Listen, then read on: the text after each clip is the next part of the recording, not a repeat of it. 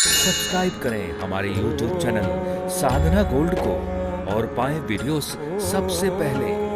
Bell icon दबाना ना भूलें। सज्जन भटिंडा के थे। वो एक सेठ जी एक गुरु जी उनके घर आए। गुरु जी आए तो उन्होंने अपना घर दिखाया। उनका घर 1000 गज में था, आलीशान घर था। 1000 गज में उन्होंने घर बनाया। बड़ा सुंदर घर था, महंगी से महंगी चीजें उनके घर में उपलब्ध थी, बहुत आलीशान उनकी लाइफ थी।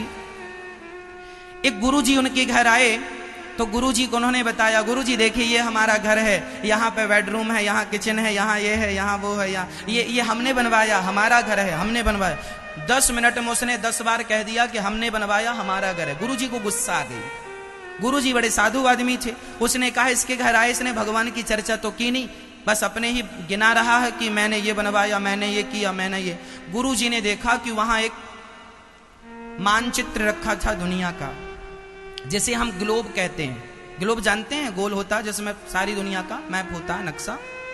गुरुजी ने, साधु जी ने वो ग्लोब घुमाना स्टार्ट किया और पूछा कि भाई साहब ये क्या है। गुरुजी को पता था कि ये क्या, फिर भी अज्ञानवश पूछा ये क्या है। उन्होंने कहा इसका नाम ग्लोब है, इसमें सारी दुनिया का मानचित्र होता है। अच्छा तो इसमें बताओ मेरा भारत कहाँ है। उसने घुमाया, बोले ये भारत है। अच्छा भारत में बताओ पंजाब कहाँ है। उन्होंने बताया ये पंजाब है। अच्छा पंजाब में भटिंडा कहाँ है। ये भटिंडा, ये ग्लोब में इतना सा भटिंडा, एक डॉट रखा था। अब बताओ इस भटिंडा में तुम्हारा ये 1000 गज का घर कहां दिख रहा है।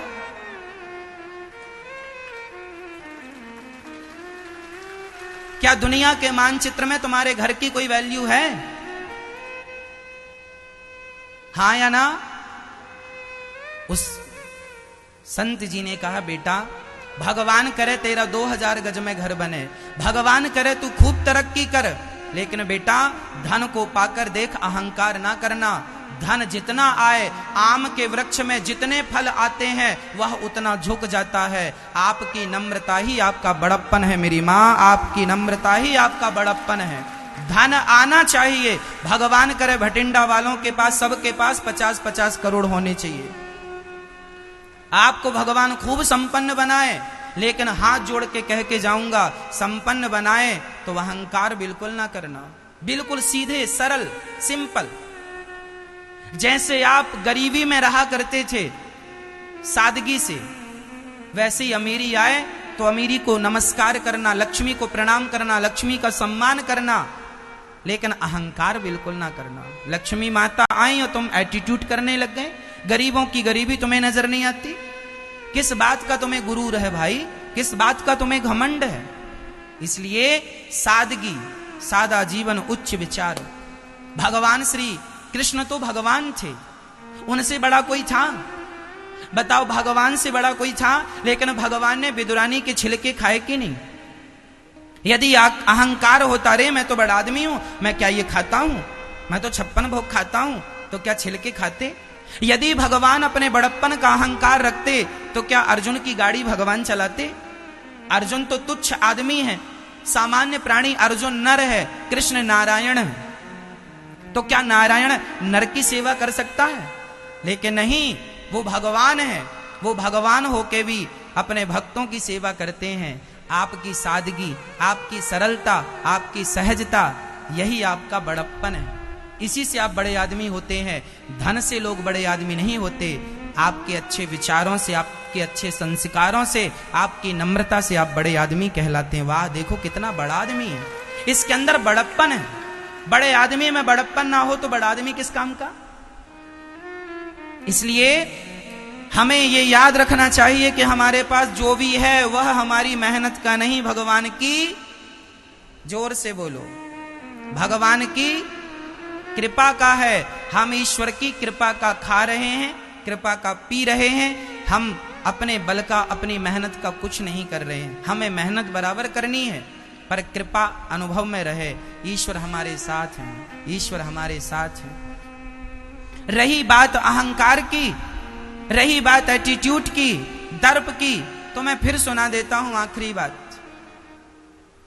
आज भटिंडा में बहुत बड़ा आदमी कोई हो, बहुत पैसे वाला हो, लेकिन ये बताओ कि मरने के बाद गरीब जहां जिस चिता पर जलता है, जिस शमशान में, अमीर भी तो वहीं जाता है। ये जो फासला है ना अमीरी गरीबी का, ये तब तक है जब तक प्राण है। प्राण निकलने के बाद तो अर्थी अमीर की भी निकलती है, अर्थी गरीब की भी। और अर्थी जो होती है, अमीर की अर्थी भी लकड़ी की होती है और गरीब की अर्थी भी लकड़ी की। अमीर की अर्थी सोने की तो नहीं होती। शमशान अमीर के लिए भी वही है। और चलिए, फासला मिट गया। जब मैं मरूंगा, जब आप मरेंगे तो आपकी चिता जलेगी, और जब आपकी चिता जलेगी, चिता जल के ठंडी हो जाएगी तो क्या बचेगा? आपकी राख बचेगी। उस राख को कोई मुट्ठी में दबा के फूंक मारेगा, उड़ जाएगी कि नहीं? आप कहते थे मैं ये हूं, मैं वो हूं, मुझे नहीं जानते। साहब जानते हैं। तुम एक दिन मुट्ठी भर राख बन जाओगे और 25 रुपए के घड़े में तुम्हारी राख आ जाएगी। मैंने तो घड़े का रेट भी कंफर्म कर लिया है, 25 रुपए का घड़ा। कितने का? 25 रुपए का। उस 25 रुपए के घड़े में जब तक तुम्हारे प्राण थे तब तक तुम 1 करोड़ की गाड़ी में चलते थे। 50 लाख की गाड़ी है, 1 करोड़ की गाड़ी है, करोड़ों का बंगला है आपका, पर मरने के बाद आपकी राख 25 रुपए के घड़े में आ गई। हाँ या ना? आप लोगों की राख 25 रुपए के घड़े में आएगी कि महंगा वाला घड़ा लोगे? हाँ, ज्यादा महंगा वाला लोगे, बड़ा होगा तो फिर खाली रह जाएगा। 25 रुपए का ठीक है। तो हमारी सबकी राख कितने रुपए के घड़े में आनी है? 25 रुपए के घड़े में। एक दिन तुम माटी हो जाओगे, हवा में उड़ जाओगे, फूंक मारेगा कोई। ये उड़ जाना है, मिट्टी बन जाना है, घड़े में आ जाना है। फिर ये अहंकार काहे करते हो भैया? काहे इतना अहंकार करते हो? भगवान को धन्यवाद दो। ईश्वर आपकी कृपा से मैं चल रहा हूं।